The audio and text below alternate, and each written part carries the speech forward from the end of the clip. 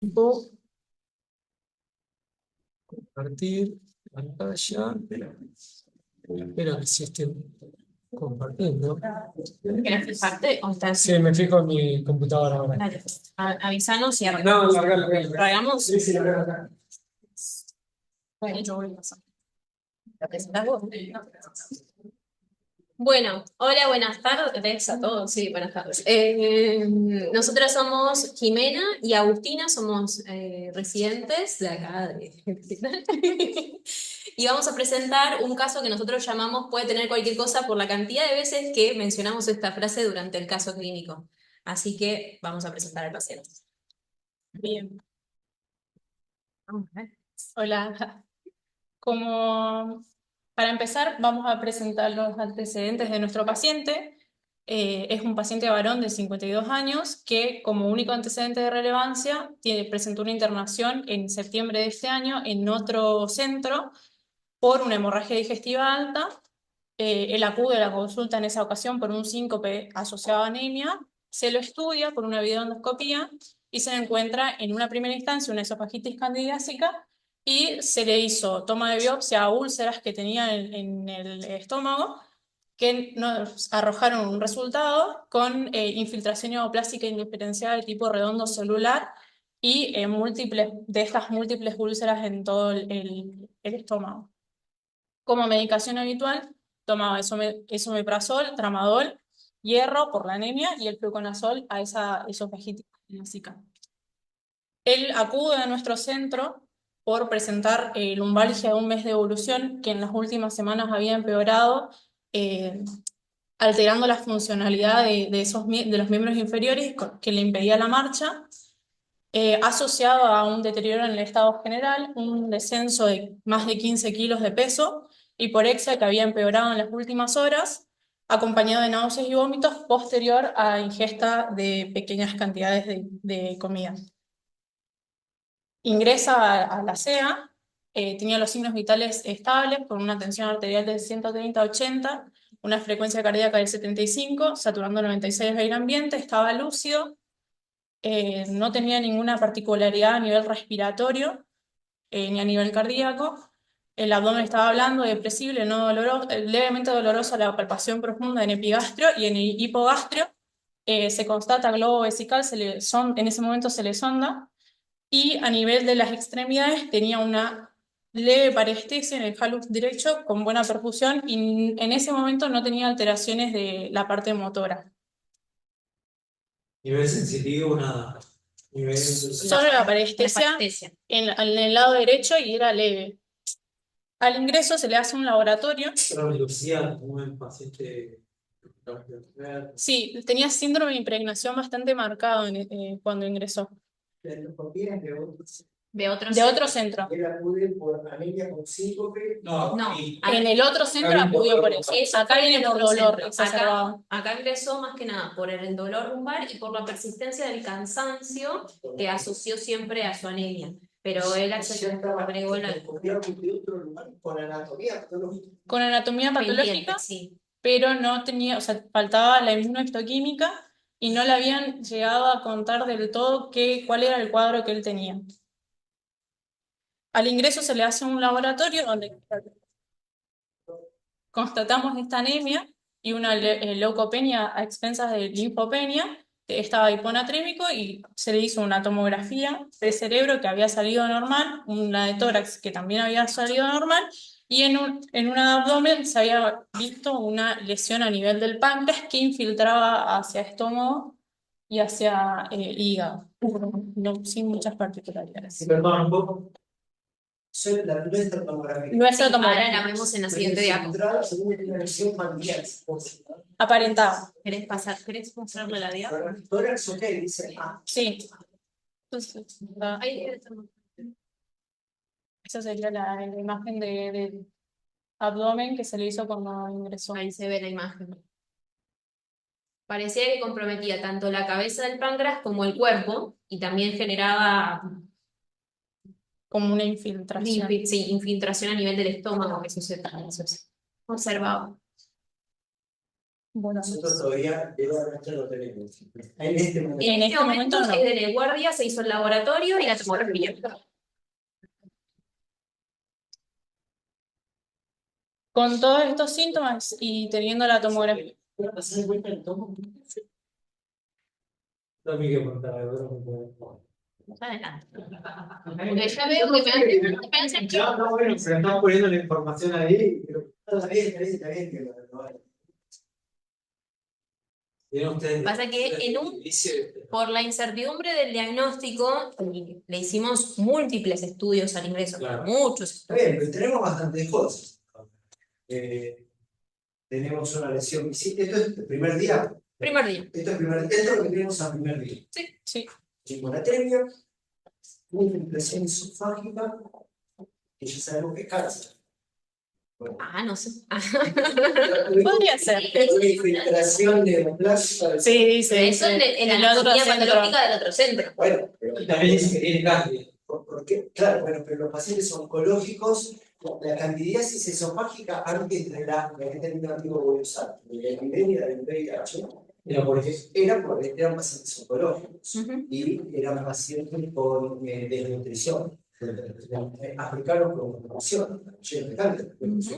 La candidiasis esofágica no nació con el HIV. El oncológico tenía candidiasis, tenía cosas, tenía neumocitosis. De hecho, la neumocitosis, la primera neumocitosis se describe después de la Segunda Guerra Mundial en los huérfanos por la buena muerte de los primeros. Eran desnutridos, habían neumocitis y Roesi que tenía. De hecho, no existía la HIV en la década de Claro, o sea, cualquier situación que tenés una depresión celular, neumocitis, cambia. Exactamente. Entonces, sabemos que tenemos unas células pequeñas, o redondas, muy hiponatremia, no poder. Podría estar vibrando una antibiótica, me gustaría saber el líquido celular, a lo mejor está muy deshidratado. Sí, vino en contexto de deshidratación. Bueno, esa parte. Cabeza y también estaba en cola. Había una imagen en cabeza, que era la más grande, y después hay una más pequeña en la cola, y después generaba infiltrado a nivel del estómago. Ponemos registro. Bueno, esto ya lo dije. En ese momento se le empezaron a hacer más estudios justamente porque estaba como medio en duda todo lo que él relataba. Se le hizo un ETT que estaba normal, se le hizo una resonancia de cerebro que mostraba solamente lesiones córtico-subcorticales ubicadas en el lóbulo temporal derecho de probable origen isquémico crónico, y se le hizo una resonancia de columna por esta lumbalgia, que fue lo que lo trajo a la consulta, que mostraba una lesión en el cuerpo de C2 de probable origen secundario, más discopatías. Por la candidiasis esofágica decidimos hacerle el test de VIH, el cual nos da positivo. A eso le hicimos la carga viral, que nos da más de 7 millones de copias, y con un recuento de CD4 de 17 células. Claro, que ahí está bien, hay que hacer todo, pero también si uno se pone como lo que pone Lucas, puede ser al revés, al revés, por ejemplo, uno piensa, una persona con HIV, tiene una proyección del tumor también, y podría ser también la causa del tumor. Y la FOMA, Kaposi, ¿cómo era la visión macroscópica y endoscópica? ¿Era violeta? ¿La visión mucosa? No, hasta ahora no habíamos tenido la imagen porque todo era del otro centro y es lo que nos refería el señor con la pequeña epicrisis. La descripción morfológica de la endoscopía, candidiasis. Sí, no habíamos. A partir de esto, nosotros le pedimos al paciente que retire el taco del otro centro, que lo tenían todavía retenido por temas de la obra social, para poder estudiarlo acá, y también se solicitó una nueva veda y BCC acá para poder estudiarlo desde nosotros, digamos. Pero no te andes, pues, a lo mejor ya no sabemos, a ver, es bien saber que la HIV tiene la propensión a los neoplasias. Hay neoplasias que son enfermedades marcadoras, como sarcoma de Kaposi, irritación a los uterinos, pero también los pacientes con HIV, y algunas de esas neoplasias podrían ser. Me llama la atención que Kaposi no tome pulmón, que que es si fuese un papucio muy extendido, es típicamente la visión endoscópica muy característica porque la lesión es violeta o violácea, y tal vez no tendría esa expulsión, la célula redonda. Es la distribución del tumor más diferenciado, es más la distribución de un linfoma, es más la distribución de glioblastoma. De vuelta, vamos a lo mismo. Si en el cáncer de pulmón es mucho más frecuente en el HIV que en el no HIV y no es una enfermedad marcadora. Eso tiene que ver en parte por dos cosas. Primero, porque al hacer un inmunosuprimido, la inmunovigilancia tumoral está deprimida. Y segundo, porque comparten factores de riesgo tóxicos, como por ejemplo el tabaquismo. El paciente con HIV fuma más que la población general. ¿No es cierto? Entonces tiene mayor riesgo de cáncer en general y no solo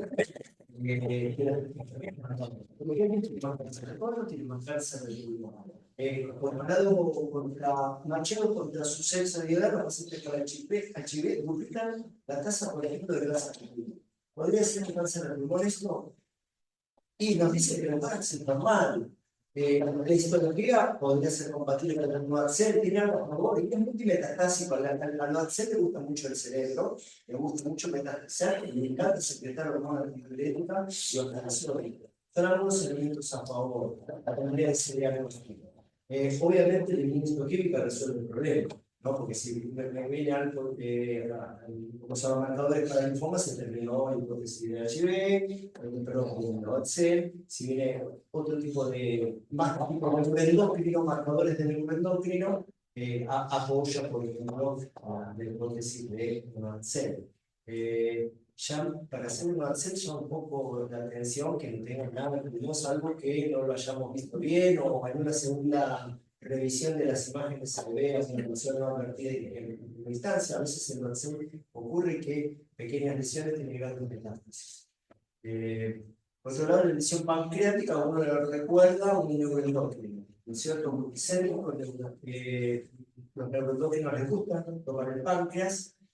Es cierto que no tiene la evolución del neuroendocrino, ¿no? Al menos de los típicos neuroendocrinos más independientes, los pacientes no están caquéticos, con pierde de peso, con metástasis cerebrales. Son pacientes que infiltran el hígado y tienen bastante buen estado general, a diferencia de los adenocarcinomas que consumen. Si tuviera un HIV, el linfoma es una posibilidad, porque todo es bien sabido que los linfomas aumentan por 10 la prevalencia del HIV en la población general. Podría ser un linfoma, es un tumor ubicuo, que toma muchos lugares, y un linfoma, digamos, no Hodgkin, asociación al HIV podría ser otra hipótesis interesante. La histología no se lo pone, porque por supuesto la hipercalcemia.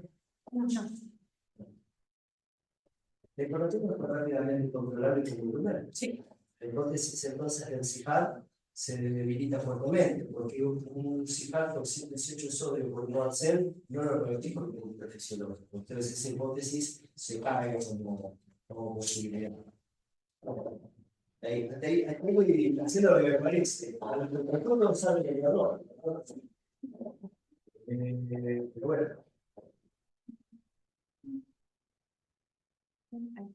Bueno, están las imágenes, esta es la resonancia que no la había mostrado, donde se ve la lesión a nivel de C2, que es lo que probablemente te causaba la lesión.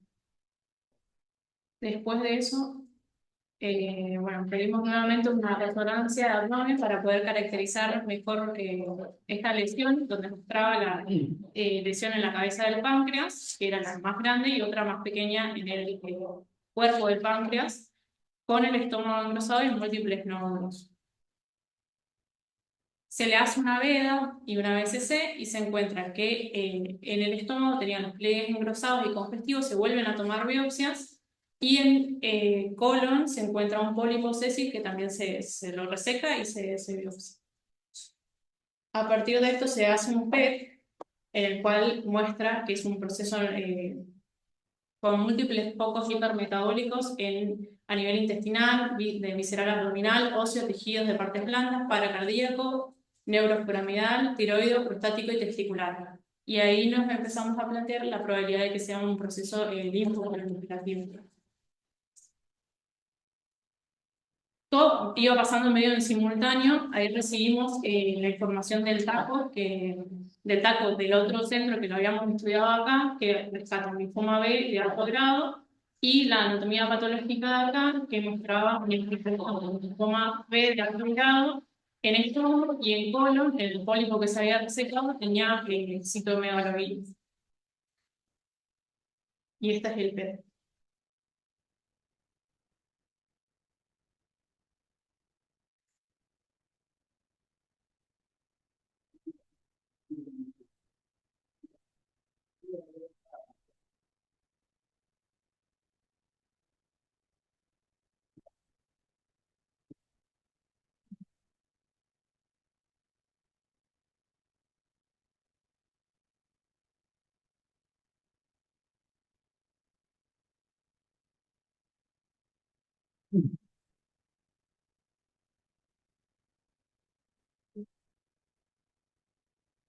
Bueno, en sí mismo el PET captaba múltiples focos, e inclusive durante el tiempo de observación el paciente empezó a empeorar con respecto a la clínica, específicamente la paresia empezó a ir deteriorando y ya no caminaba casi, o le costaba muchísimo caminar.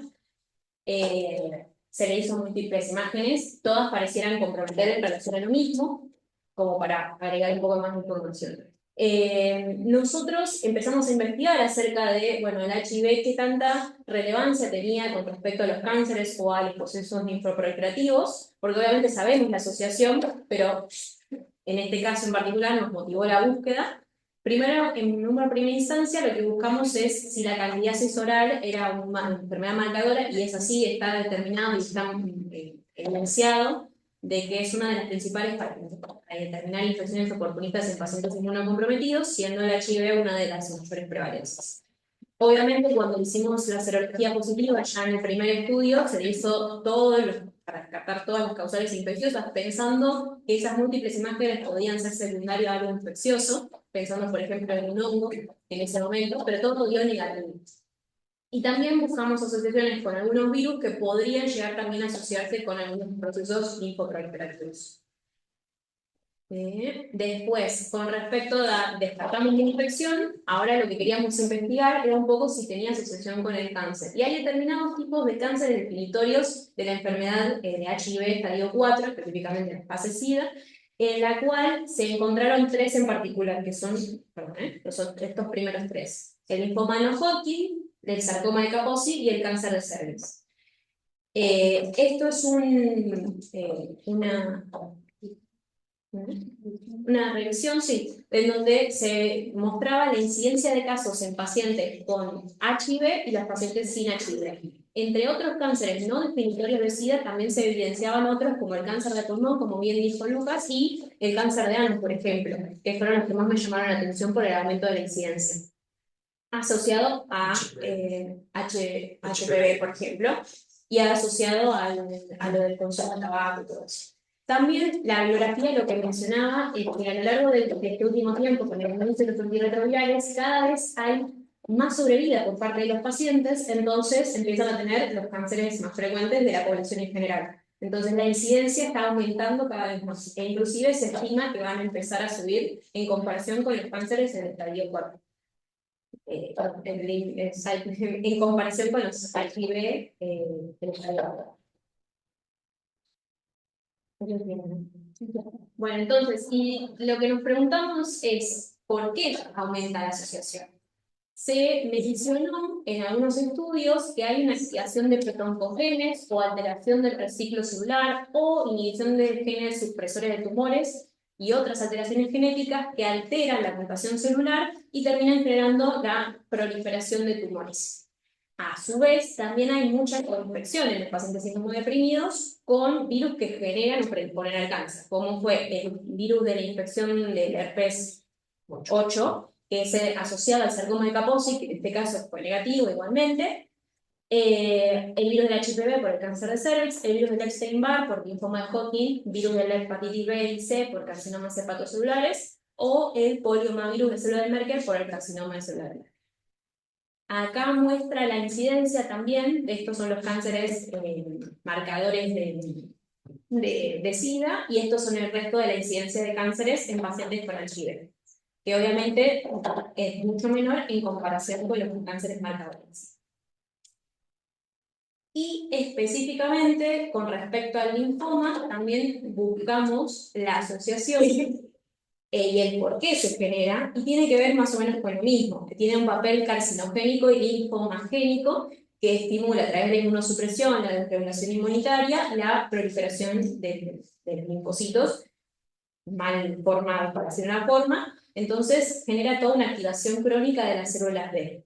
Dentro de los cánceres del linfoma no Hodgkin más frecuentes en los pacientes con HIV suelen ser el linfoma de Burkitt, los linfomas difusos de células B grandes, linfoma de rame primario, linfoma plasmático, el linfoma de células B Es grandes, típico del HIV. típico, De la- sí, y el linfoma primario del sistema nervioso central. En nuestro paciente específicamente, lo que se determinó de linfomas B de células grandes terminó caracterizándose y tipificándose en un posible linfoma de Burkitt. Confirmado ahora, me estaban acá mandando a preguntar.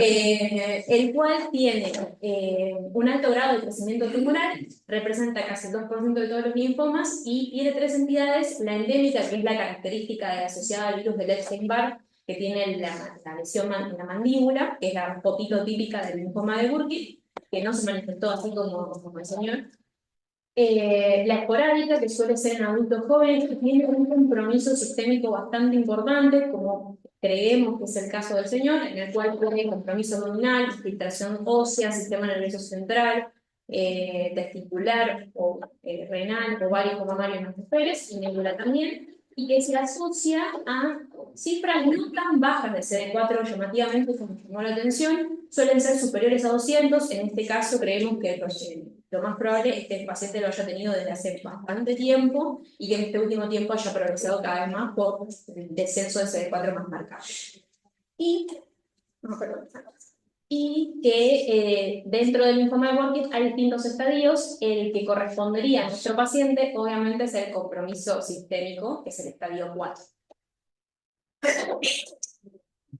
Y para hablar un poco de nuestro paciente hoy, porque él continúa internado, él, bueno, se diagnosticó este linfoma de Burkitt en el estadio 4, inició esquema quimioterápico en un principio con RM-SHOC, pasó a la terapia intermedia por el riesgo de lisis tumoral y actualmente se encuentra tricitopénico. Con el diagnóstico del linfoma de Burkitt se planteó por parte del equipo de hemato cambiar el esquema. Eso está pendiente que lo autorice la obra social. Está haciendo tratamiento antirretroviral con Victeravir, encitravina, tenofovir y alafenamida, y tratamiento para el citomegalovirus, que lo habían diagnosticado. Mejoró mucho los síntomas de las paraparesias, logró pararse ayer, de hecho, que era algo que no había hecho desde que ingresó, básicamente. Así que, nada. Bueno, hoy se chocó un poquito. Yo hice una gracia, pero bueno, no tiene. No, pero está tricitopénico más por la quimioterapia. Sí. Hecho, Sí. Yo M porque le pensar. Sí. Es maravilloso. Sí, porque en realidad es rituximab. Sí. En este esquema se hizo por el primer medida por el linfoma del cerebro. Exacto. Cubriendo eso. Compromiso del sistema nervioso central. Eso. Eso, hicieron triple intratecal también. No, eso no. No, porque usaron dosis altas. También lo preguntamos a los hematólogos y nos dijeron que con las dosis de metrotrexato que tenía ya permeaba la barrera hematoencefálica y era suficiente. Ahora con el nuevo esquema sí se plantearía una intratecal. Es el pólipo. Sí. No, pero sí tenía carga viral bastante alta. Sí. Sí, no tanto el pólipo. No tiene indicación de avance, pero sí se tiene carga viral. Y lo está viendo